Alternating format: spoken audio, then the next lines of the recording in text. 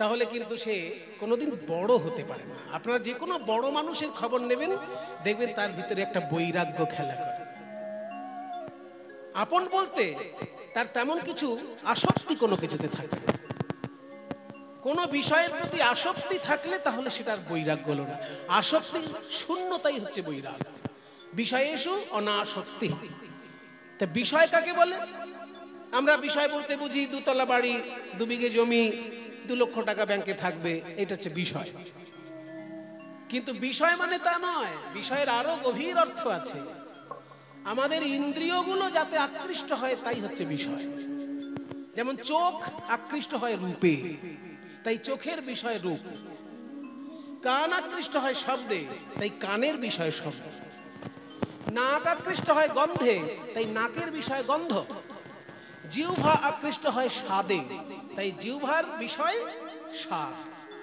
ত্বক আকৃষ্ট হয় স্পর্শে, তাই ত্বকের বিষয় স্পর্শ। এই শব্দ, রূপ, রস, গন্ধ, স্পর্শ, শব্দ, এগুলো হচ্ছে বিষয়। এই জায়গাগুলো থেকে যেদিনকে নিজেকে গুটিয়ে নেওয়া যাবে, সেইটা হলো বৈরাগ্য। কত কঠিন ব্যাপার বলুন তো। শুধু মাথা নাড়া করলেই বৈরাগ্য হবে না। এই 5টা জায়গা থেকে গুটিয়ে নিতে হবে নিজেকে। কত কঠিন কাজ। সেইটা হচ্ছে বৈষ্ণব জগতের নৌকার একটা মাথা। একটা মাথা বিবেক, একটা মাথা বৈরাগ্য।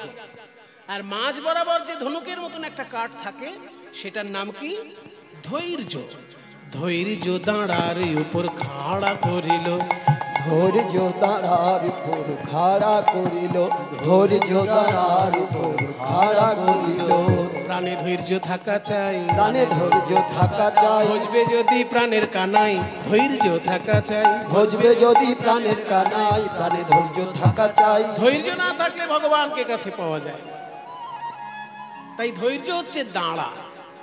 এবার তক্তাগুলো যে জুড়বে, তক্তাটা কি? আসক্তির তক্তায়ানি তাহাতে জুড়িল, তাহাতে জুড়িল। আসক্তির তক্তায়ানি তাহাতে জুড়িল, তাহাতে জুড়িল। তক্তাগুলোর নাম হচ্ছে আসক্তি। কিন্তু তক্তাটা জুড়বে কি করে? দেখবেন ইংরাজি অক্ষরের ইউ, ইউ এর মতন দেখতে লোহা পাওয়া যায়, মাথা দুটো ছোচালো থাকে। ওই তক্তা দুটো নিয়ে সেই তক্তা দুটোর মাঝখানে ইউ এর মতন লোহাটা এরকম পুঁতে দেওয়া হয়, আর উল্টো দিক দিয়ে মুড়ে দেওয়া হয়।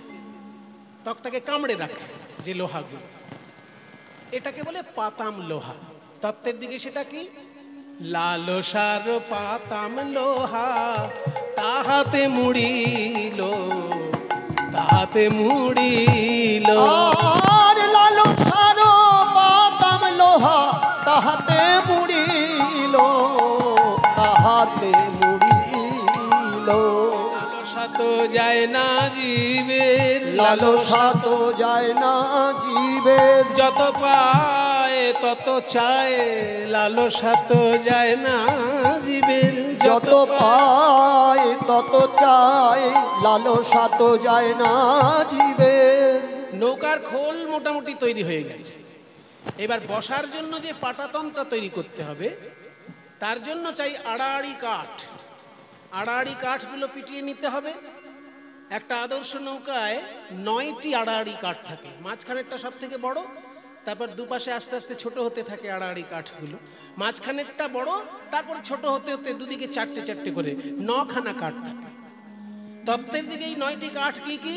নববিধা ভক্তি দিয়া 9টি গুড়া দিল, নববিধা ভক্তি দিয়া 9টি গুড়া দিল। নববিধা ভক্তি। বৈষ্ণব জগতের আচার্য প্রহ্লাদ, দৈত্যকুলের শিরোমণি প্রহ্লাদ, তিনি বলেছেন ভক্তি 9 রকমের। কি কি? শ্রবণং কীর্তনং বিষ্ণু স্মরণং পাদসেবনং अर्चनं वंदनं दास्यं सख्यं आत्मनिवेदनम् इति वंशार्पित विष्णु भक्तिश्चन्नवलक्षणा क्रियते भगवति यद्धा तन्मन्येधि तमोत्तमम्। ভক্তি 9 রকমের। এই যে আপনারা কীর্তন শুনছেন, এটা হচ্ছে শ্রবণম, প্রথম ভক্তি। এই যে আমরা কীর্তন গাইছি, এটা হচ্ছে দ্বিতীয় ভক্তি, এর নাম কীর্তন, শ্রবণ কীর্তন। কেউ যদি ধ্যান করে, সেটা হচ্ছে স্মরণম। কেউ যদি ঠাকুরের অঙ্গরাগ সেবা করে, সেটা হচ্ছে পাদ সেবনম। কেউ যদি পূজা করে, সেটা হচ্ছে অর্চনম। কেউ যদি স্তব পাঠ করে, সেটা হচ্ছে বন্দনম। কেউ যদি ভগবানকে প্রভু ভাবে আর নিজেকে দাস ভাবে, সে হচ্ছে দাস্য ভক্তি। কেউ যদি ভগবানকে বন্ধু ভাবে, যেমন অর্জুন বন্ধু ভেবে ভগবানের সঙ্গে মিশত, কেউ যদি ভগবানকে বন্ধু ভাবে, নিজেকেও ভগবানের বন্ধু ভাবে, সেটা হচ্ছে সাখ্যম। আর কেউ যদি ভগবানের চরণে আত্মসমর্পণ করতে পারে, সেটা হচ্ছে আত্মনিবেদনম। এই 9 রকমের ভক্তি হচ্ছে 9টি গুড়া কাঠ, মানে আড়াআড়ি কাঠ। এবার তার উপর তক্তা পেতে দিলেই পাটাতন হয়ে যাবে। তক্তাগুলোর নাম আসক্তি। এইবার চাই পাল খাটানোর জন্য মাস্তুল। তত্ত্বের দিকে মাস্তুল কোনটা? মাস্তুল যেমন সোজা হয়, তেমনি সরলতাই হচ্ছে ভক্তি জগতের মাস্তুল। সরল সুবুদ্ধি দিয়া মাস্তুল গড়িল, মাস্তুল গড়িল।